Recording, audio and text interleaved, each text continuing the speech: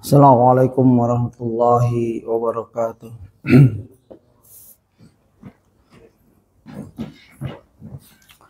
Alhamdulillah alladzi arsala rasulahu bil huda wa dinil haqq liyuzhhirahu 'ala ad-din kullih wa kafa billahi shahida wa asyhadu an la ilaha illallah wa la syarikalah wa asyhadu anna Muhammadan 'abduhu wa rasuluh. Ya ayyuhalladzina amanu taqullaha haqqa tuqatih wa la tamutunna illa wa antum muslimun. Amma ba'd. Ikhwah jamaah salat subuh Masjid Al-Balad Bojongsari Depok, rahimani wa rahimakumullah. Semoga Allah selalu memberi rahmat pada kita dalam rangka beribadah, dan baru saja kita melaksanakan salah satu ibadah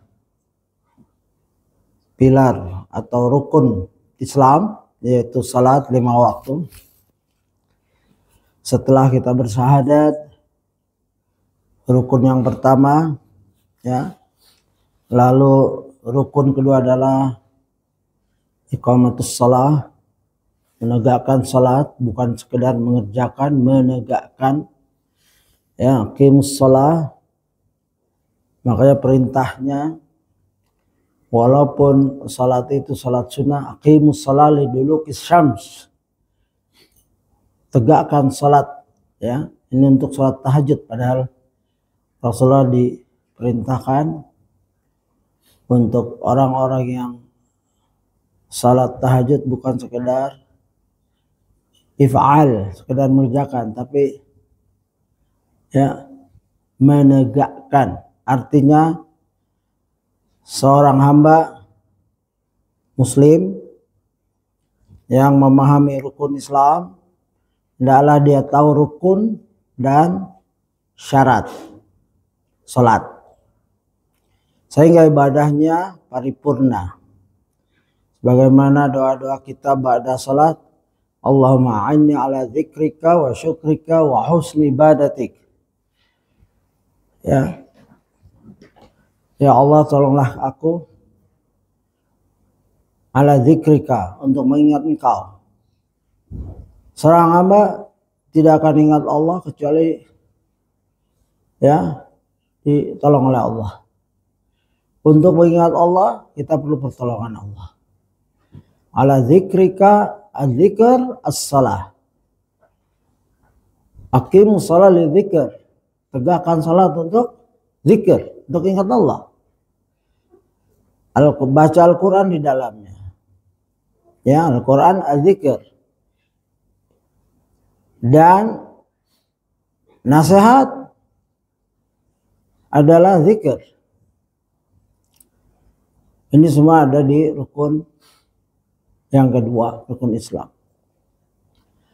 Dan seterusnya, seorang hendaklah menegakkan rukun-rukun Islam agar berjumpa dengan Allah, dan tidak ada satupun yang bolong kecuali dengan uzur syar'i.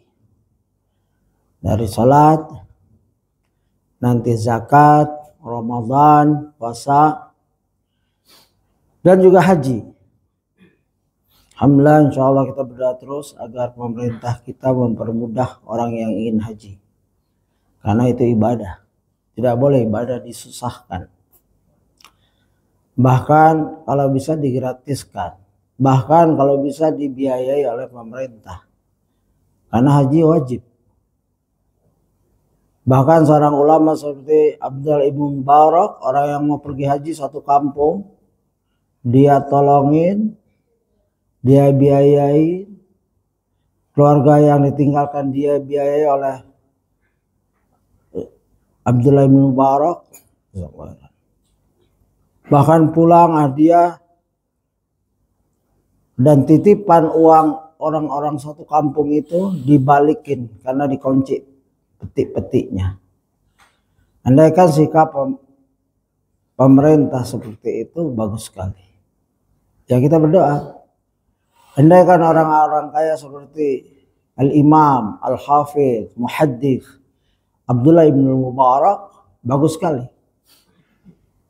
Jangan orang ingin mengerjakan haji, rukun Islam, dipolitisir, dibisniskan sampai miliaran.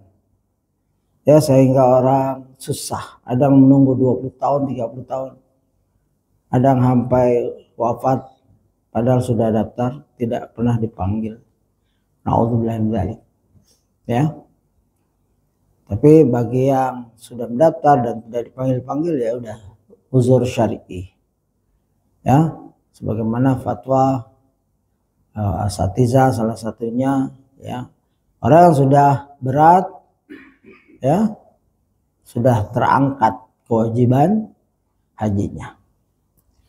Baik, kita masuk pada kajian kita hari ini, masih di halaman 277. Bagi yang punya bukunya, itu halaman buku ya, bukan halaman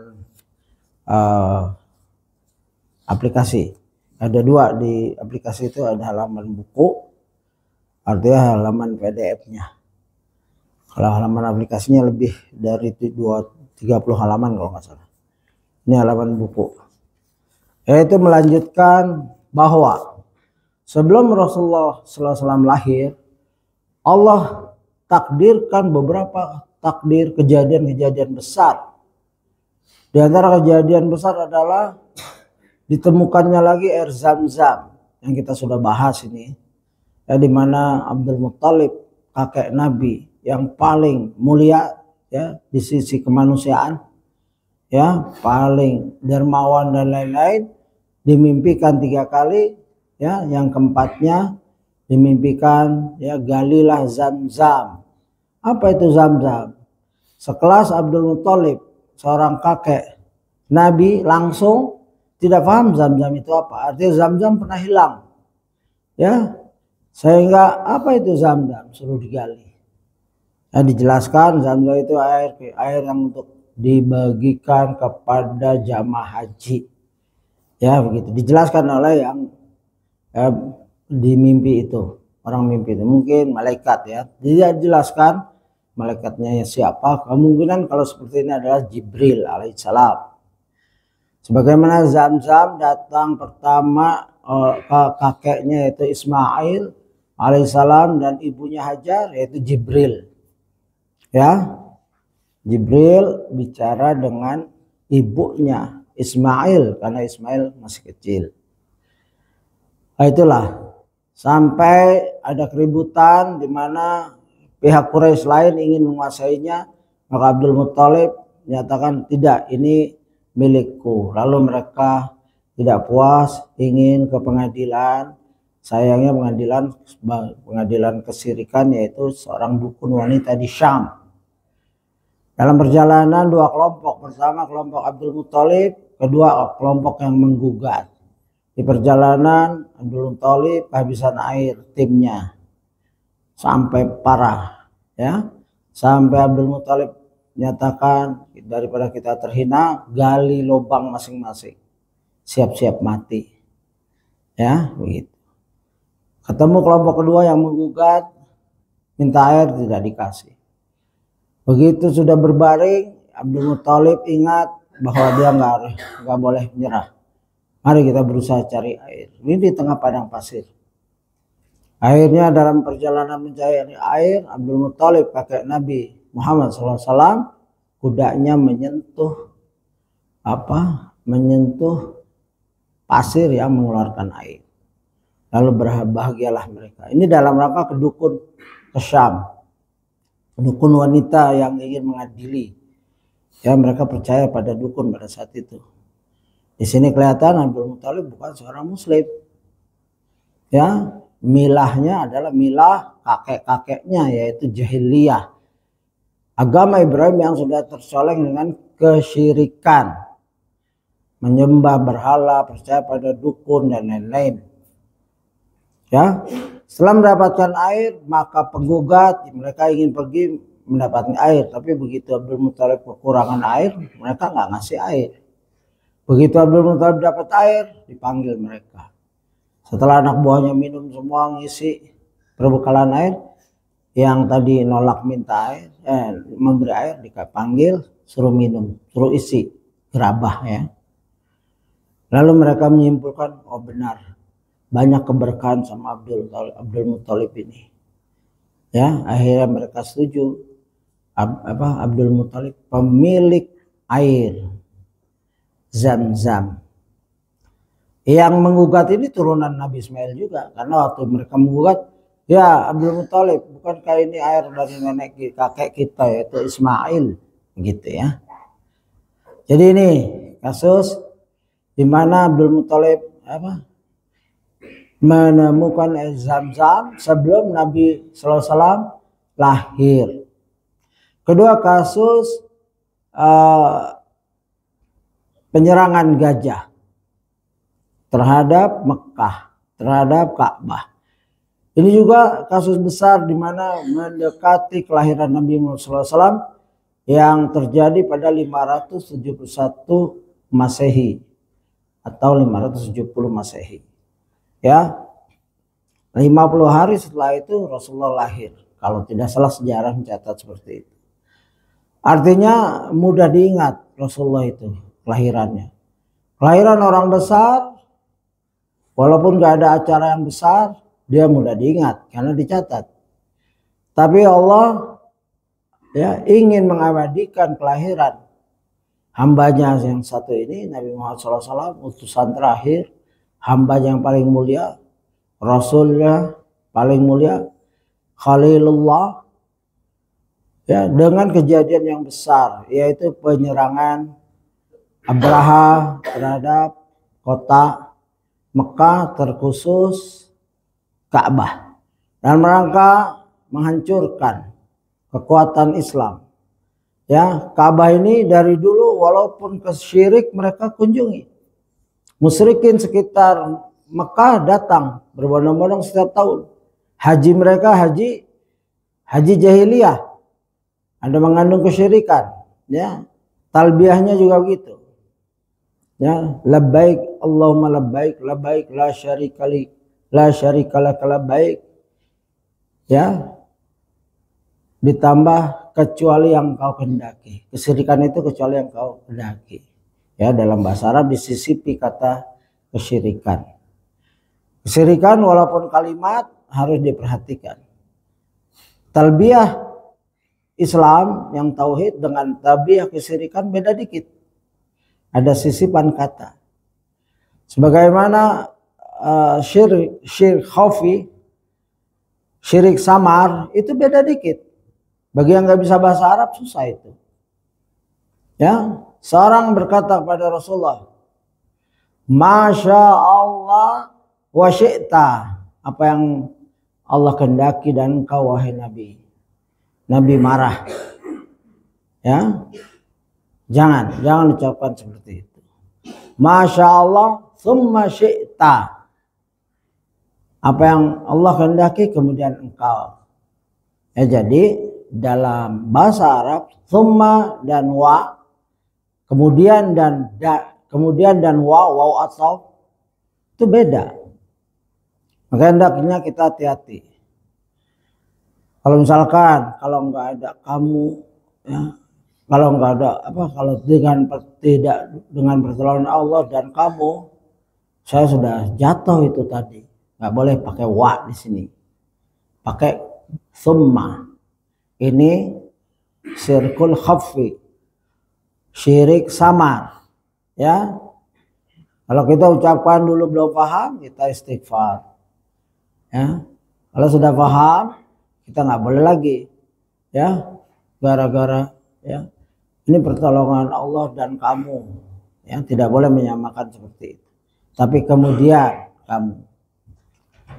Ya, ini di mana Abdul Muthalib orang yang milahnya milah kesyirikan, melenceng dari agama Ibrahim kakek-kakeknya, agama Ismail, ya begitu. Nah, pada peristiwa kedua ini kita belum selesai pembahasannya. Sampai beberapa kali pertemuan masih belum selesai. Maka pada saat ini insya Allah ini bagian yang ketiga, ya, yaitu Ustadz Dr. Al-Fadil Firanda Dirja LCMA memberi fawaid atau faidah terhadap kejadian gajah. Ya, penyerangan gajah ini ada 3. Ya. Di mana pertama adalah kekuatan yang dibangun di atas kebatilan pasti akan binasa. Itu sudah kita bahas. Kedua, Islam adalah kunci satu-satunya dari kemuliaan hakiki. Ini juga video yang terakhir, pertemuan terakhir di Legoso. Dua ini kita telah bahas sempurna insya Allah dengan tambahan dari saya. Ya, jadi kekuatan yang dibangun di atas kebatilan pasti akan binasa sesuai dengan ayat Ja'al haqqa wa zahaqal batil innal batila kana zahuqa. Ya, kalau sudah datang kebenaran, hancur luluhlah kebatilan. Ya, begitu. Ini gembar-gembor yang dibawakan kaum Syiah Khomeini waktu baru revolusi. Ya, maka Khomeini itu kebenaran. Ya, Shah Pahlavi itu kebatilan. Gitu. Ya, jualannya kita pakai dulu waktu masih kita muda, ya tahun 80-an saya masih ikut. Kagum kita pasang foto Khomeini di kamar-kamar anak muda hampir semua terkenal. Tapi ternyata dia juga musuh Islam. Banyak ahlu sunnah dibunuh, masjid juga dihancurkan. Ya, Syiah ini musuh dalam selimut. Tidak ada kerusakan Islam di muka bumi ini kecuali ada Syiah di belakangnya. Ya, begitu. Dan kita tahu juga sejarah yang membunuh orang pergi haji yaitu Syiah Ubaidillah, ya, Khalifah Ubaidillah, kekhalifahan Fatimiyah Mesir. Bahkan Hajar Aswad dicuri, dicongkel, dibawa ke Mesir. Bahkan mayat-mayat kaum muslim Sunni yang sedang haji dibunuh dan dicemplungkan ke kolam air Zam-Zam. Ya, tapi dibalikin karena ada berita bahwa banyak bencana di Mesir waktu itu. Ya, Allah tidak ridho. Dan kita akan masuk nanti tentang yang ketiga ini. Maka adalah kota yang dijaga oleh Allah.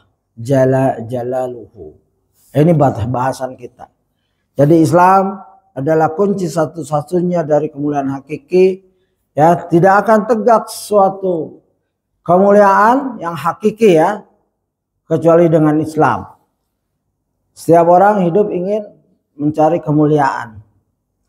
Romawi dengan segala kemegahannya, Persia dengan segala kemegahannya, Majusi ya dan lain-lain, agama-agama juga begitu, tapi itu semua kebahagiaan, kemuliaan semu, nisbi, relatif. Kemuliaan absolut ya yang hakiki adalah ada di Islam, baik individu, keluarga, masyarakat atau negara. Bahkan di video yang lalu saya bahas tentang sebagaimana nasihat Syekh bin Baz, jangan diajak Arab ini untuk bersatu kearabannya. Karena Arab tidak jadi apa-apa tanpa Islam. Ya, dikutip oleh Ustadz, panjang sekali saya nggak akan bacakan lagi ya. Sedikit saya bacakan. Islam merupakan sumber kejayaan dan kepemimpinan Arab di dunia. Bagaimana bisa seorang Arab yang berakal malah mendukung propaganda yang sedemikian buruk hakikat dan tujuannya. Persatuan bangsa Arab ya itu semu tanpa Islam. Justru dari padang pasir mereka jadi manusia-manusia yang dihargai di seluruh dunia, kekhalifahannya dikuasai dan dicatat oleh musuh dan oleh umat Islam itu sendiri karena Islamnya, bukan karena Arabnya. Dan betapa banyak orang Arab sekarang nggak paham Quran, nggak akan mulia. Yang Arab yang paham Quran yang mulia. Paham, mengamalkannya, mengajarkannya. Itu Arab atau azam? Imam Bukhari bukan Arab sama sekali, Bukhara, Soviet. Tapi Allah muliakan sedemikian rupa sampai kitabnya mendampingi kitabullah. Tidak ada kitab yang paling sahih kecuali kitab Sahih Al-Bukhari berdasarkan ijma' para muhaddis. Bukan ijma' orang awam. Bukan ijma' orang ulama umum. Ulama muhaddis sepakat. Siapa dia? Bukhara. Bukhara adalah bagian Rusia dahulu. Ya, masih ada sekarang tempatnya. Dan lain-lain. Kita kutub sunan. Ya, kutub sitah kebanyakan Sibawih. Sibawih bukan orang Arab, orang Persia. Padahal ahli nahwu. Ya. Ahli lughah. Dia punya kitab ada namanya Alkitab. Kitab nahunya Alkitab. Silahkan di Google. Ada 5 jilid tebal-tebal. Ya, untuk belajar nahu baca kitab nahu bahasa Arab. Ya, di situ disimpulkan banyak. Dan inilah keunggulan Islam, bukan Arab. Ya. Ya, Islam yang bawa kemuliaan, baik Arab atau ajam. Maka kemuliaan itu tidak akan ada yang hakiki ya, kecuali dengan Islam. Dan alhamdulillah orang Indonesia kenal Islam, mayoritas Islam. Hendaklah bersyukur dan mempertahankan keislaman ini. Jangan minder, jangan inferiority ya. Walaupun kita berada di kalangan orang-orang yang benci kepada Islam, baik lughahnya dan lain-lain atributnya ya. Sampai ada alergi pada bahasa Arab, begitu ngomong Inggris, cas, bener juga enggak, tapi bangganya udah selangit. Ya, dahulu pada saat kekhalifahan, orang-orang pakai nama Islam, walaupun bukan Islam tuh bangga. Dulu nama Umar, nama Muhammad, itu orang Eropa sudah pakai, tapi mereka belum masuk Islam lagi. Ya, kalau mereka menyematkan agar ada nama Islam itu mereka senang sekali. Sebagaimana orang-orang Indonesia sekarang, ya lahir di Darwin namanya Darwin anaknya. Darwan, Durwun mungkin begitu. Mungkin aneh. Darwin itu tokoh komunis, ya, yang merusak akidah Kristen dan akidah Islam dengan teori evolusinya.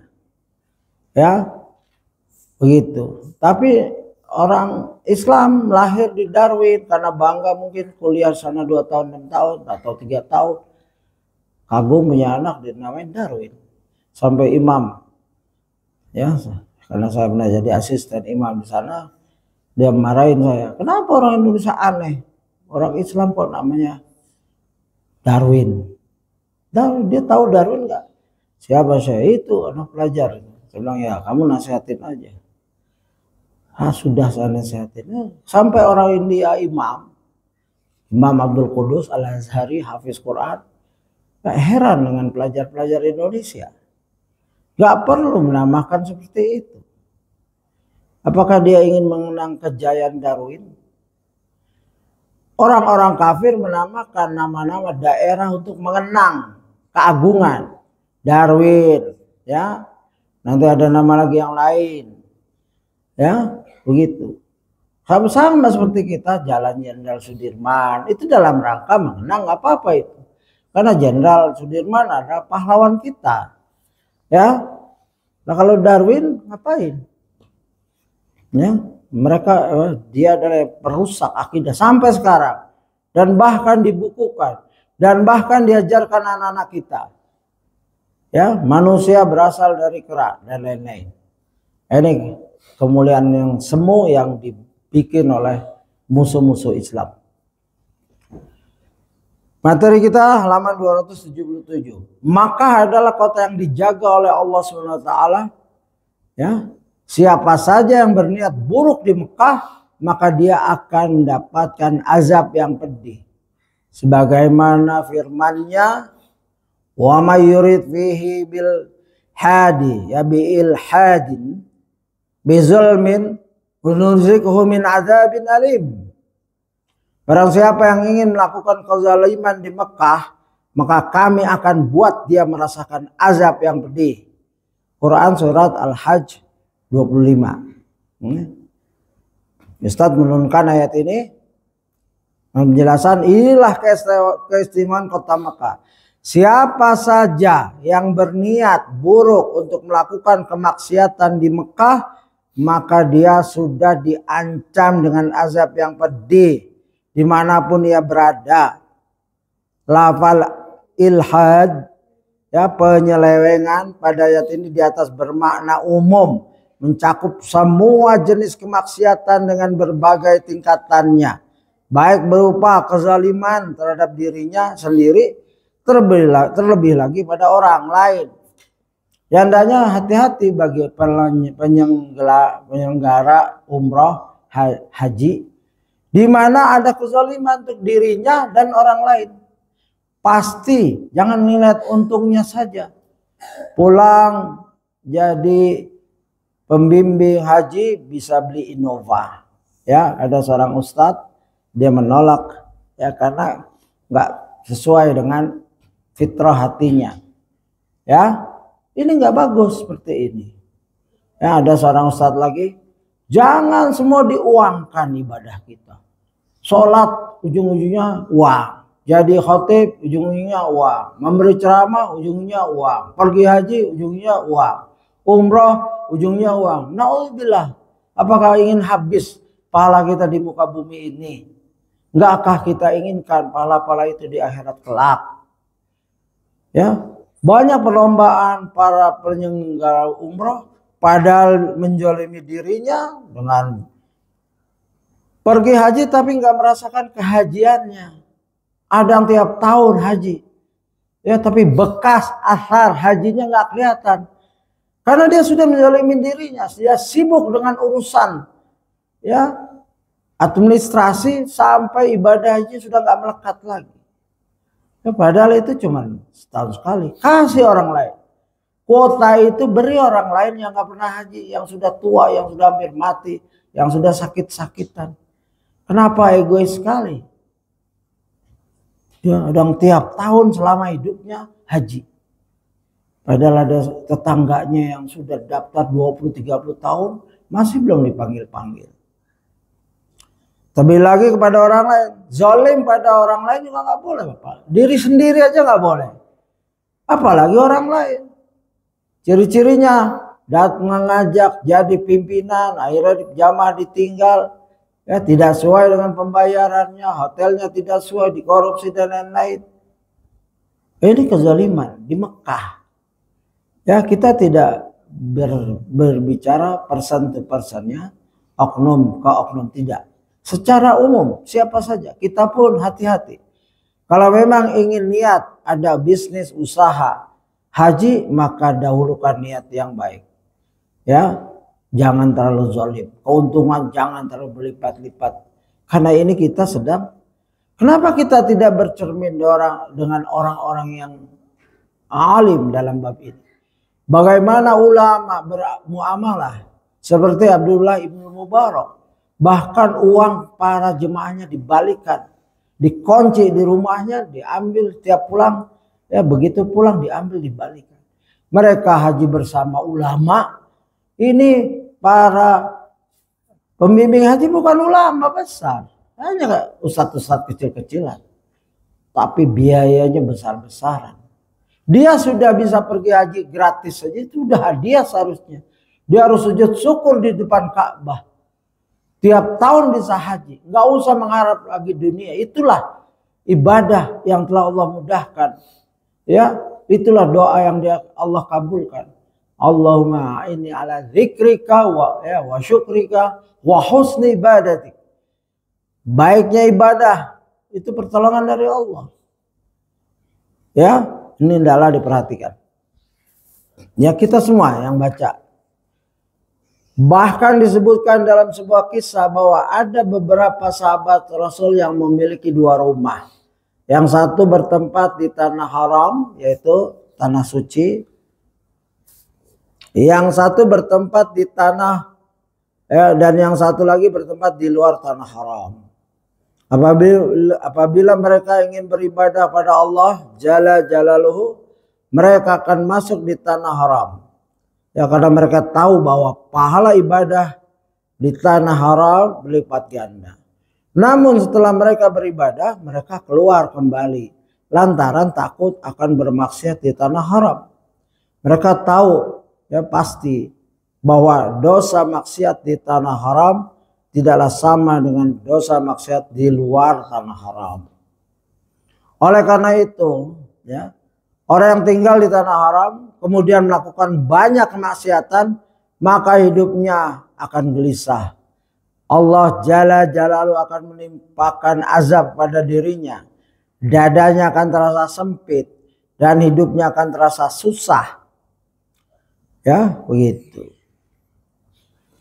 Jadi hati-hati dalam rangka menghormati tanah haram, di mana Allah telah memilih tempat, waktu, siapa jadi mulia, ya itu ketentuan Allah. Salah satu kemuliaan tanah haram adalah di mana orang yang beribadah berlipat-lipat ganda. Akan dijelaskan nanti dengan tafsir.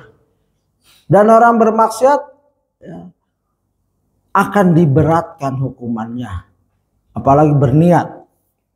Sehingga ada kisah seorang sahabat di sini tidak disebut oleh Ustadz.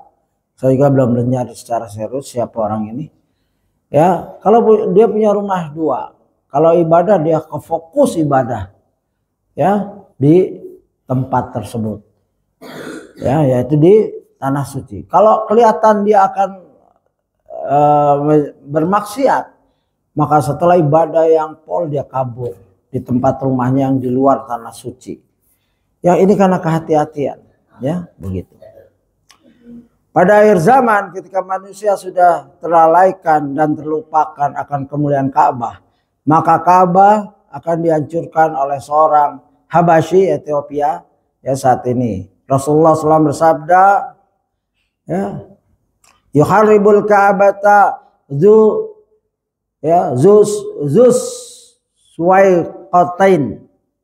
Ini beda ya, saya selalu terkecoh dengan pemimpin Khawarizm itu. Kalau ini belum ada, ini belum terjadi nih. Minal Habasyah. Ka'bah akan dirusak oleh seorang dari Habasyah yang berbetis kecil, ya. Hadis Bukhari saya sudah catat sini, nanti kita jelaskan lagi. Ya, nomor 1591 dan Muslim, ya, hadis Bukhari Muslim nih, sahih. Ya. Suwaiqatain, ya namanya. Kadang-kadang namanya seperti itu. Ya. Nabi juga bersabda, wa yaslubuha hilyataha wa yujarraduha min kiswatiha walaka anni anzuru ilaihi usayli'a ya ufaydi' yadribu alaiha bimishatihi wa mi'walihi, ya. Orang tersebut akan melepaskan perhiasan dan kiswah Ka'bah. Seakan-akan saat ini aku sedang melihatnya. Ia seorang yang botak, kepala di bagian depannya dan bengkok kakinya. Ia sedang mencungkil Ka'bah dengan kapaknya. Ya, coba silakan lihat di halaman 279. Jadi kalau Nabi menjelaskan itu menjiwai, seakan-akan dia melihat, sedang melihat, padahal ini belum terjadi, ya, belum terjadi, tapi seakan-akan sudah dilihat oleh Nabi. Jangankan mengagungkan Ka'bah, nah, ini tulisan Ustadz lagi, bahkan manusia saat ini sudah tidak lagi mengagungkan Allah Jalla Jalaluhu. Karenanya Allah Jalla Jalaluhu membiarkan Ka'bah dihancurkan oleh seorang Habasyah yang tampaknya sangat lemah tanpa ada kesulitan dan perlawanan apapun dari manusia lainnya. Inilah pentingnya mengapa kaum muslimin wajib selalu mengagungkan Ka'bah, terutama penduduk yang tinggal di kota Mekah. Ya, demikian. Ya, catatan kakinya panjang. Nah, ini penting. Ya, sebelum terakhir sampai situ. Tulisan Ustadz tentang kejadian hikmah fawaid dari gajah. Kasus penyerangan. Ustadz telah menulis dan mengutip bagian-bagian yang penting. Ya, mungkin kalau ada waktu kita akan kembangkan ya bagian-bagian tersebut. Catatan kakinya. Di sini ada catatan kaki nomor 33. Menjawab kesalahpahaman dan miskonsepsi. Orang kafir berkata, bukankah orang Islam beribadah kepada Allah secara langsung tanpa butuh perantara?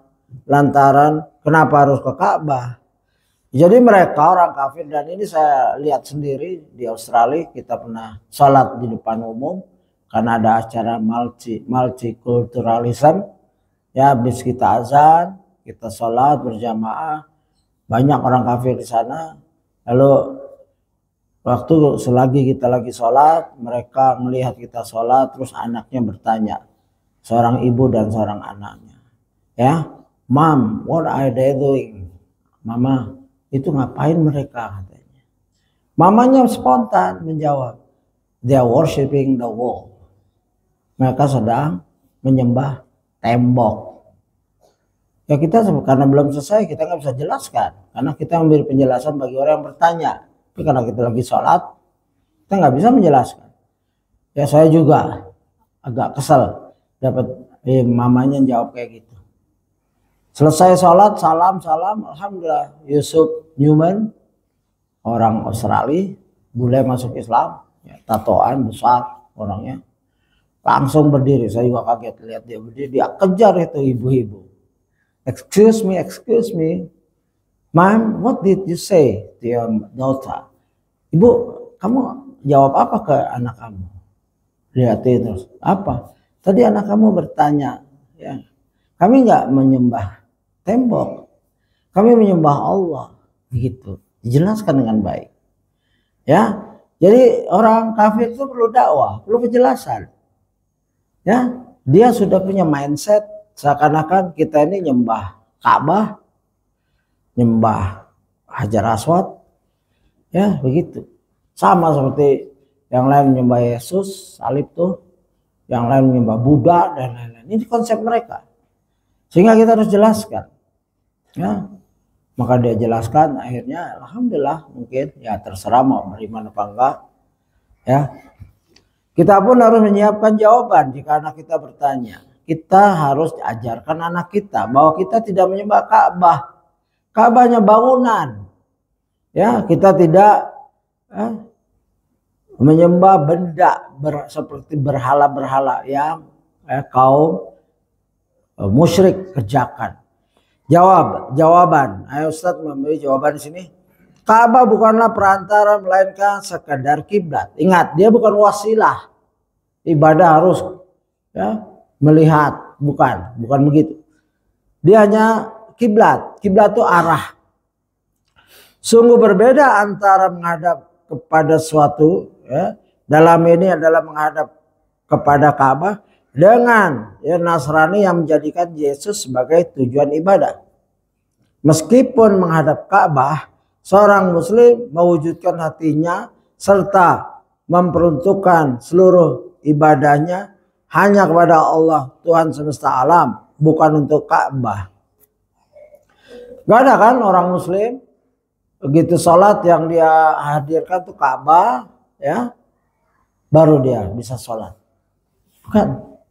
Dia mau ngelihat Ka'bah, nggak harus menghadirkan Ka'bah. Yang penting arahnya sudah sesuai dengan Ka'bah, Mekah selesai. Nggak harus menghadirkan dalam dirinya Ka'bah harus ada. Makanya Subhat mempunyai sejadah yang ada Ka'bahnya, itu Subhat. Ya, takutnya dijadikan ini sebagai harus melihat Ka'bah itu sendiri. Tidak. Ya, begitu. Ya, dan agama-agama seperti dengan Nasrani yang menjadikan Yesus sebagai tujuan ibadah meskipun menghadap Ka'bah, ya. Seorang muslim menunjukkan hatinya serta memperuntukkan seluruh ibadahnya hanya kepada Allah Tuhan semesta alam, ya, bukan untuk Ka'bah. Ya, inna sholati wa nusuki wa mahyaya wa mamati lillahi rabbil alamin. Ya, begitu. Bukan untuk Ka'bah. Untuk Rabb pencipta alam semesta dan termasuk Rabbul Ka'bah. Rabbnya Ka'bah. Benar kalau itu. Ka'bah hanyalah sekedar pengaturan arah. Dan diantara hikmahnya adalah agar seluruh kaum muslimin bersatu menghadap ke arah yang sama. Karenanya Allah Jalla Jalaluhu mengatakan falyabudu rabba hadzal bait. Falyabudu rabba hadzal bait. Sembahlah Rabb yang memiliki Ka'bah ini. Ya. Kustum bi rabbil Ka'bah. Ini orang-orang Arab kalau bersumpah, kustum bi rabbil Ka'bah. Aku bersumpah atas nama Rabbnya Ka'bah, bukan bersumpah atas Ka'bah. Ya. Jadi bukanlah Ka'bah yang disembah. Berbeda dengan kaum Nasrani atau musyrikin. Ketika mereka mengambil perantara, maka hati dan ibadah mereka pastilah tertuju kepada perantara tersebut. Kaum Nasrani ketika menghadap Yesus, hati dan ibadah mereka tertuju pada Yesus. Demikian pula dengan orang-orang Buddha, ya, kepada Buddha. Orang-orang Hindu kepada dewa-dewa mereka, patung-patung mereka. Hati dan ibadah mereka tertuju kepada perantara mereka. Dan mereka melakukan hal tersebut karena menganggap sembahan mereka mampu mendatangkan manfaat dan menolak mudarat secara langsung. Sedangkan Islam tidak demikian. Kaum muslimin tidak pernah diperintahkan untuk menyembah Ka'bah. Kaum muslimin tidak menganggap bangunan Ka'bah dapat memberi manfaat dan menolak mudarat. Bahkan seandainya Ka'bah terangkat dan hancur lebur, kaum muslimin tetap harus menghadap ke arah Mekah.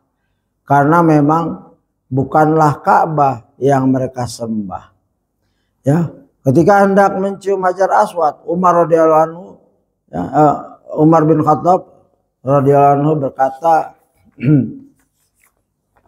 ya, ini alamu annaka hajar la tadur wa la tanfa. Walaula anni ra'aitu an-nabiy sallallahu alaihi wasallam, ya, biqabuluka, ya, yaitu mencium kamu, ma qabaltuka. Coba lihat perkataan Umar yang mengandung nasihat tauhid. Sungguh saya tahu pasti bahwa kamu itu hanya sekedar batu, tidak bisa memberi mudarat atau manfaat. Andai saya tidak melihat Nabi menciummu, maka sungguh saya pun tidak akan menciummu. Hadis riwayat Bukhari 1597 dan Muslim 1270. Kaum muslimin tidak pernah menganggap Ka'bah sebagai perantara untuk disembah, melainkan Ka'bah hanyalah berfungsi sebagai arah. Sebagaimana dalam keadaan sujud, maka kita tidaklah bermaksud untuk menyembah tanah, tapi kita justru merendahkan diri untuk menyembah Allah Jalla Jalaluhu. Tujuan kita adalah hanya kepada Allah semata. Sebagaimana firman-Nya, "Falyabudu rabba hadzal bait." Maka sembahlah Rabb, ya, yang memiliki Ka'bah ini. Allah tidak pernah mengatakan falyabudu hadzal bait. Ya, sembahlah Ka'bah ini. Ya, Allah tidak pernah memberitakan itu. Ya, Allah tidak pernah falyabudu hadzal bait.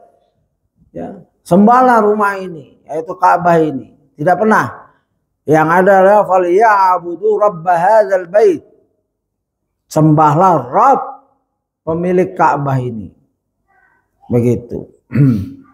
Ya, akhir dari catatan kaki yang penuh manfaat. Ya, saya tambahkan bahwa salah satu bahwa kita tidak menyembah Ka'bah, ya, dan gambar yang ada Ka'bahnya, sejadah yang ada Ka'bahnya. Kalau kita punya sejadah yang bergambar Ka'bah, terus kita sholatnya madhab sana, sah apa enggak? Ini Ka'bah Mekah ke sana. Ada seorang ya punya sejadah bergambar Ka'bah persis. Terus dia madhab sana, sah enggak? Tidak sah, karena syarat sholat sah dalam menghadap Ka'bah. Walaupun dia punya gambar Ka'bah, atau bahkan dia membangun kotak Ka'bah di halamannya, tapi Ka'bahnya itu tidak harus kayak gitu. Islam tidak diperintahkan umatnya untuk membangun Ka'bah kecil di rumahnya, enggak kan? Ini menunjukkan bahwa Ka'bah adalah untuk persatuan arah. Hikmah yang lain, pernah orang sholat, sahabat kemalaman lalu ingin sholat, semua beristihad. Ya, kalau karena nggak ada mata, nggak ada bulan, nggak ada bintang-bintang. Mereka bilang kayaknya Ka'bah ke sana, Mekah tuh sana. Ada yang bilang sana. Akhirnya beda ijtihad, akhirnya sholat masing-masing menurut ijtihadnya. Karena nggak bisa dilihat tanda itu. Kalau bisa dilihat silahkan. Ya, nanti pas siang baru ketahuan. Oh, matahari itu berarti Mekah di sini. Ya, nggak apa-apa. Itu beda ijtihad. Kalau ada amir-amir yang menentukan, makanya diperlukan ya amir safar, dia menentukan mana kira-kira ke arah ke Mekah tuh, sana. Ya sudah, saya perintahkan sana semua. Jangan ada yang sholat pakai gini kan. Yang sana akhirnya gini. Dan pernah terjadi salah seorang datuk Malaysia, teman saya dulu, anak-anaknya ngaji sama saya. Dia cerita dulu saya sholat Ustadz, ya panggilnya orang udah tua, udah meninggal, rahimahullah. Saya pernah sholat Ustadz di pesawat bersama jamaah Islam lah. Imamnya percaya bahwa kalau sholat bukan sekedar awalnya saja menghadap Ka'bah, menghadap Mekah. Mereka kan ada tanya pilot, Mekah di mana? Sana. Mereka sholat gitu. Itu harus ngikutin katanya. Mereka taruh kompas imamnya. Jadi teman saya ini makmum. Akhirnya sholat lah. Imam percaya bahwa perubahan arah pesawat, maka dia harus ikutin tetap. Dia harus menjaga Ka'bahnya, Mekahnya. Ya begitu. Jadi dalam sholat, yaitu imam yang ikutin terus, akhirnya sampai berhadapan gini dengan makmum. Makmumnya nggak mau ikutin. Ini nggak boleh, masa begini nanti saling menyembah. Ya, dan saya juga pernah sholat di kapal ke arah Palu. Ya, udah satu hari saya sholat masuk. Ya, dia punya tempat sholat, mungkin yang pernah naik kapal tahu tempat ibadah. Makanya mimbarnya mereka bisa geser-geser. Suatu saat saya sholat, kalau di situ ada mimbar ya kiblat kita ke sana. Keluar, masuk lagi, itu kita nggak boleh ikutin itu karena itu belum dipindahin sama petugas. Itu sudah nggak arah kiblat lagi tuh, mereka sudah berarah ke sana. Jadi nggak boleh sholat sembarangan kecuali kita tahu. Itu ikhtiar. Kalau nggak tahu ya nggak apa-apa. Ya, dan juga ada kasus-kasus di mana seorang sholat ngikutin. Nah ini fitnahnya sejadah yang bertulisan Ka'bah. Kan kadang-kala ada orang datang sholat ngelihat, wah Ka'bahnya ke sana, dia lihat, ya dia sholat aja sejadah itu, Ka'bahnya di sana itu. Katanya itu Ka'bah sejadah yang untuk dilebarin gini, ya kan? Yang imamnya nggak ada Ka'bahnya, ya jadi dia madhab ke sana itu, karena Ka'bahnya di sana, padahal kiblat di sana. Ini sebuah syubhat yang dia hanyalah arah, ya, bukan menyembah. Dan ini perlu kita perhatikan, ajarkan ke anak-anak kita, ya, praktikalnya. Ya, kalau kamu lihat masjid, musola, lihat petunjuknya. Hotel, masuk hotel, lihat, cari Ka'bah pertama. Kalau nggak bisa sholat di masjid, kalau sholat di masjid, ya langsung ke masjid, selesai. Makanya hikmah sholat berjamaah di masjid adalah kita nggak perlu nyari lagi Ya, kalau sudah di dalam masjid masih nanya kiblatnya kemana, itu orang awam sekali itu. Ya, kalau sudah masjid sudah kita tahu imamnya di sana. Ya, hotel kita harus cari garis. Ya, begitu. Nah, ini termasuk syurut, syarat. Ya, sah. Syarat adalah di luar sholat. Ya, rukun adalah di dalam ibadah itu sendiri. Silakan jika ada pertanyaan, saya akan kembangkan. Ini ayat yang bagus sekali tadi, ayat yang jelas sekali tentang keharaman berbuat buruk, ya, yang Ustadz Firanda kutip dalam surat Al-Hajj surat 22 ya. 22 ayat 25.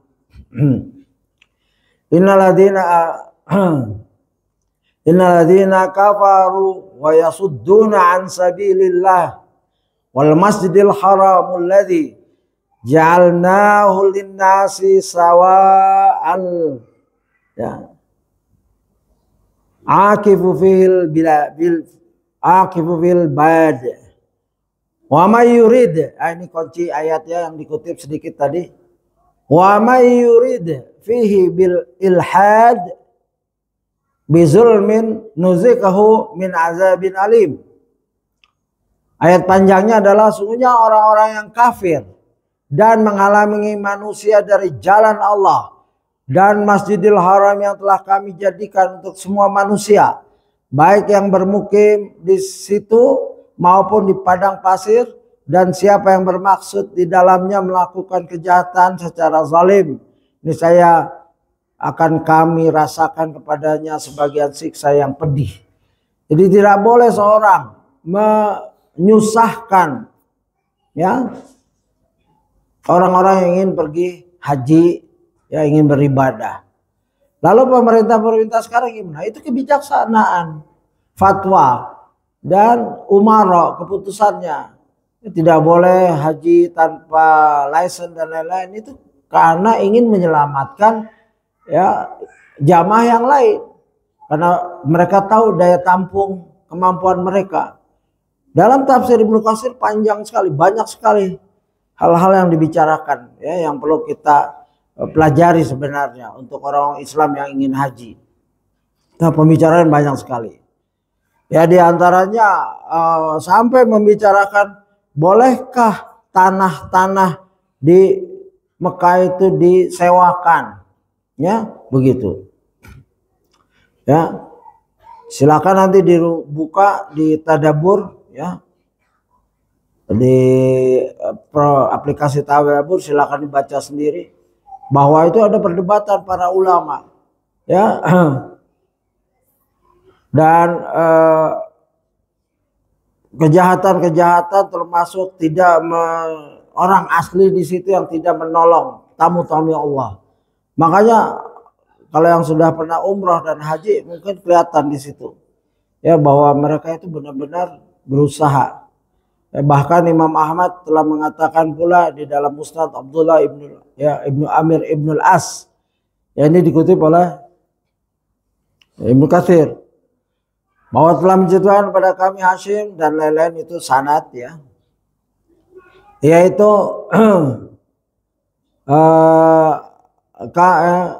Said ibnu Amr yang mengatakan bahwa Abdullah bin Umar anaknya Umar radhiyallahu anhu, ya, Abdullah bin Umar datang kepada Abdullah ibnu Zubair yang saat itu sedang duduk di Hijr Ismail. Lalu Ibnu Umar berkata, "Hai Ibnu Zubair, hati-hatilah terhadap perbuatan ilhad, ya, di tanah suci. Karena sungguhnya aku bersumpah bahwa aku pernah mendengar Rasulullah SAW bersabda bahwa kelak tanah suci ini akan dihalalkan oleh seorang lelaki dari kalangan Quraisy. Seandainya dosa-dosa dia ditimbang dengan dosa-dosa dua makhluk, jin dan manusia, tentulah sebanding." Kemudian Abdullah ibnu Umar berkata, "Maka perhatikanlah, janganlah sampai dia adalah kamu." Ya, Akan tetapi tiada seorang pun dari pemilik kitab hadis yang mengatakannya dari kedua jalur periwayatan ini. Ya, ada berapa jalur hadis bermakna seperti ini. Ya, begitu. Hai Ibnu Zubair, janganlah sekali-kali kamu berbuat ilhad di tanah suci. Itu di jalur lain juga begitu. Ya. Yang jelas kalau hadis itu sahih, ya sudah dikutip oleh Ibnu Katsir, artinya kehati-hatian sahabat terhadap sahabat lain. Jangan sampai jatuh kepada ilhad. Ilhad adalah kezaliman terhadap diri dan orang lain. Ya. Dan tidak boleh juga kezaliman itu diniatkan sebelumnya. Ya. Belum masuk Mekah sudah niat yang buruk, itu nggak boleh. Itu sudah dosa itu. Ya, begitu. Kalau besarnya dosa kalau berbuat dosa itu ada hukumnya sendiri. Ya, saya ambil catatan di sini. Ancaman Allah SWT bagi orang yang berbuat maksiat di Masjidil Haram. Ya, Imam Bukhari meriwayatkan dalam satu hadis, ya Ibnu Abbas radhiyallahu anhu, Rasulullah SAW bersabda, ya, awadun nas ilallah salasa mulhidun fil haram. Orang yang paling dibenci oleh Allah ada 3. Pertama, orang yang berbuat ilhad di Masjidil Haram, hadis Bukhari. Ya, satu kejahatan akan menjadi lebih besar tergantung pada kemuliaan waktu dan tempatnya. Ini ada kaidah ya dalam kitab Al-Ahkamul Quran. Suatu amalan kebaikan atau keburukan jadi berlipat-lipat ganda tergantung tempat dan waktu mengerjakannya. Ya, satu kejahatan akan menjadi lebih besar tergantung pada kemuliaan waktu dan tempatnya. Kalau seorang bermaksiat di bulan Ramadan di Mekah 10 malam terakhir, memang berat banget itu. Artinya dia sudah maksimal membuat kerusakan untuk dirinya. Ya, misalnya ada bulan-bulan haram di tanah haram, sehingga pelanggaran yang ditentang berbentuk 2 jenis. Pertama, pelanggaran itu sendiri, dan kedua, pelecehan terhadap kehormatan bulan haram dan daerah haram. Orang yang berperang di bulan haram, di tempat haram, ya dosanya ya lebih parah. Apakah perbuatan buruk di Mekah dilipat gandakan? Ini pertanyaan juga. Sedangkan terkait dengan perbuatan buruk, maka para ahli ilmu berpandangan bahwa dosa perbuatan buruk itu tidak dilipat gandakan, hanya saja diperbesar nilainya. Misalkan kan seperti sedekah bisa dilipat gandakan pahalanya. Ya, 10 kali, 70 kali, ya. Salat di hadis-hadis tentang kemuliaan Mekah itu. Ya, ratusan kali lipat dan lain-lain, ratusan ribu dan lain-lain, 1000 kali lipat di Madinah dan lain-lain. Nah, kalau dosa gimana? Sesuai dengan ayat man jaa bil hasanati falahu asr amsalihha. Barang siapa membawa amal yang baik, maka baginya pahala 10 kali lipat amalannya. Wa man jaa bis sayyi'ah fala yujza illa mislaha wa hum la yuzlamun. Inilah kemurahan Allah, kasih sayang Allah pada hambanya. Barang siapa membawa perbuatan jahat, maka dia tidak diberi pembalasan melainkan seimbang dengan kejahatannya, sedang mereka sedikit pun tidak dianiaya atau dirugikan. Dalam surat Al-An'am surat 6 ayat 160. Artinya kalau kejahatan tidak dilipat gandakan, ya, kalau di Mekah, ya.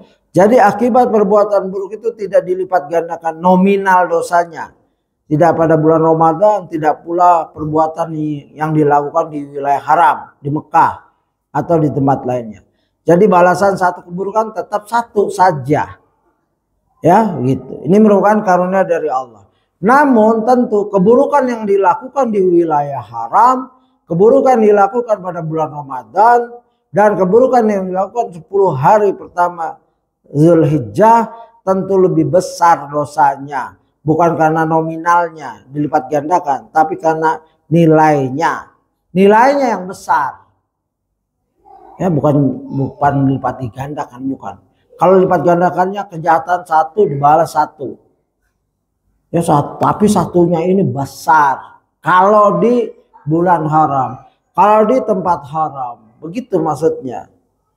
Kalau tadi kan satu kebaikan dibalas 10, bahkan lebih. Ya, tapi kalau kejahatan dibalas satu saja, mau sesuai dengan ayat. Kita tidak boleh bertentangan dengan ayat kecuali ada hadis atau ayat lain. Dan ayat ini tidak dimansuh, tidak dihapus. Maka ulama mengumpulkan berijtihad bahwa artinya bukan 10 kali. Misalkan mencuri di Mekah 10 kali. Ya, kalau mencuri misalkan satu yang dicuri sama HP ya atau telur. Ya, satu telur di Indonesia hukumannya satu telur di Indonesia. Ya, terus mencuri lagi satu telur di Mekah, ya hukumannya satu telur. Tapi satu telurnya itu berat.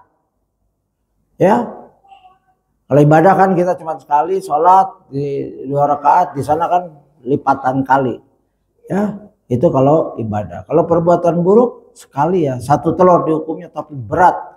Ya, kuantitinya, kualitasnya mungkin. Ya, hukuman itu berat di kualitasnya. Ya.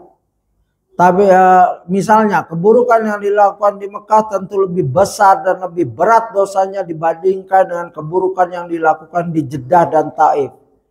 Ya, keburukan yang dilakukan pada bulan Ramadan dan 10 hari pertama bulan Zulhijjah lebih besar dosanya daripada keburukan yang dilakukan pada bulan Rajab, Syaban dan lain-lain. Ya, begitu.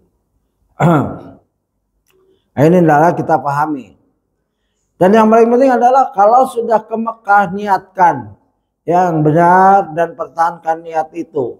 Jangan sudah jauh-jauh pergi biaya mahal cuman sekedar untuk konten. Naudzubillah. Ya, terus foto Ka'bah seperti gini dan lain-lain. Itu apa begitu? Ya. Wa may yurid fihi bil ilhad, ya.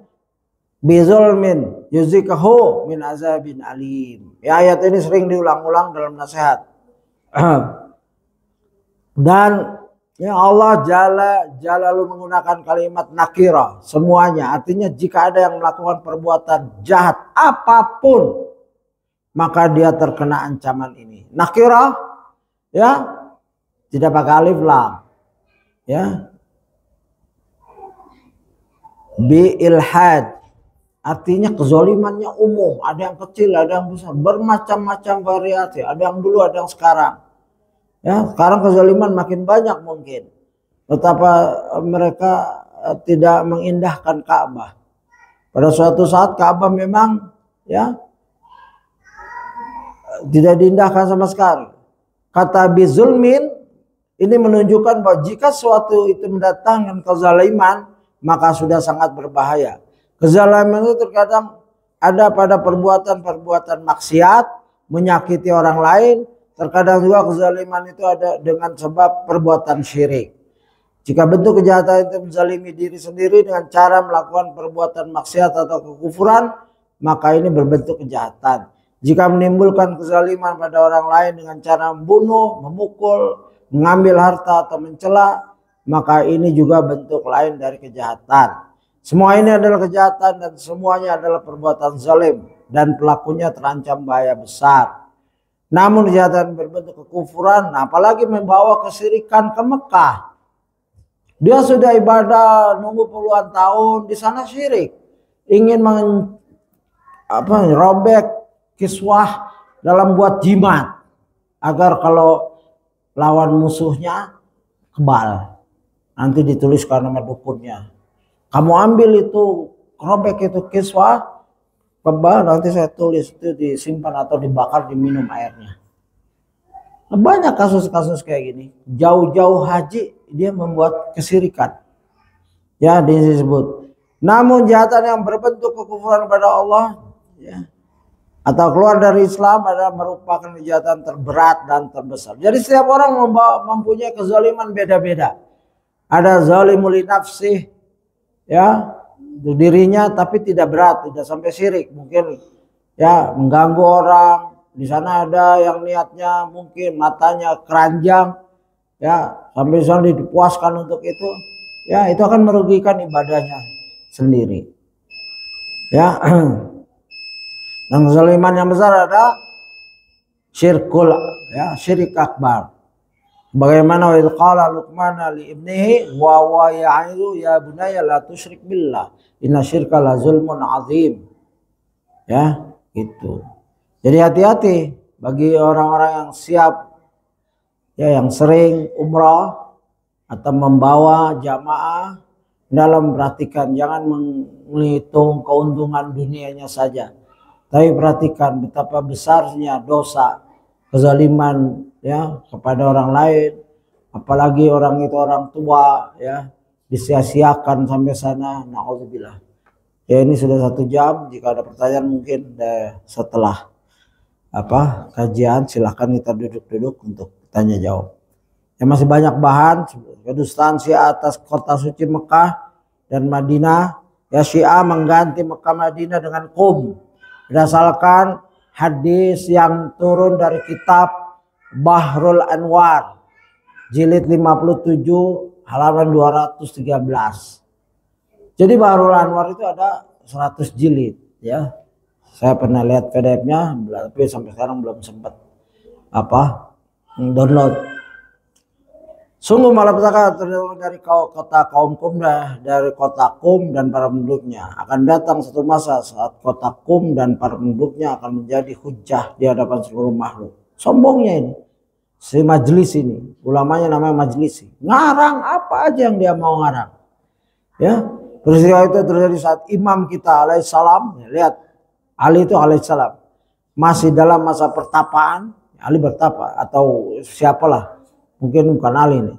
Sampai pada saat kemunculannya. Kalau tidak demikian nih, bumi akan menenggelamkan penghuninya. Semaunya, ya. Ngomong tentang Allah semaunya. Ngomong tentang, ya, kota Kufah akan kosong dari kaum mukminin. Ilmu akan menjauh darinya. Seperti saya kalau dan lain-lain. Ya. Ini bualnya orang Syiah. Begitu. Dari Ahmad bin mereka punya sanad juga. Sanadnya asal-asalan juga. Di bagian lain halaman 214 dia membual dari Ahmad bin Muhammad bin Isa, dari Al-Hasan bin Muhbub, dari Abu Jamilah, ini tukang kelontong semua ini. Ya, Al-Mufaddal bin Saleh, dari seorang lelaki, dari seorang lelaki Mubham itu. Dia pintar dia. Kalau kebanyakan dari ini dari seorang lelaki, dari Abu Abdillah alaihissalam, ia berkata, jika malapetaka telah menimpa di seluruh negeri, maka bergegaslah ke kota Qum dan tempat di sekitarnya dan penjuru-penjurunya. Sungguhnya malapetaka tertolak di dalamnya. Nah, ini bualan orang Syiah, ya, dalam rangka merusak citra Mekah dan Madinah karena hasad. Mereka kalah perang oleh Umar bin Khattab. Lalu nggak mau takluk, nggak Islam yang sebenarnya, mereka mirip Yahudi dan mereka memang turunan Yahudi. Wallahu alam. Demikian kita akhiri, ya, kajian kita. Semoga bermanfaat untuk diri saya, keluarga, dan rekan semua yang hadir dan yang menyimak. Ya, saya mohon maaf jika ada kesalahan dalam pengutipan, dan hendaklah kembali kepada teks yang Ustadz telah susun. Ustadz berlepas diri dari penjelasan yang tidak ada di buku. Dan saya bertanggung jawab atas penjelasan saya ambil dari berbagai sumber. Subhanakallahumma wa bihamdika asyhadu an la ilaha illa anta astaghfiruka wa atubu ilaik. Assalamualaikum warahmatullahi wabarakatuh.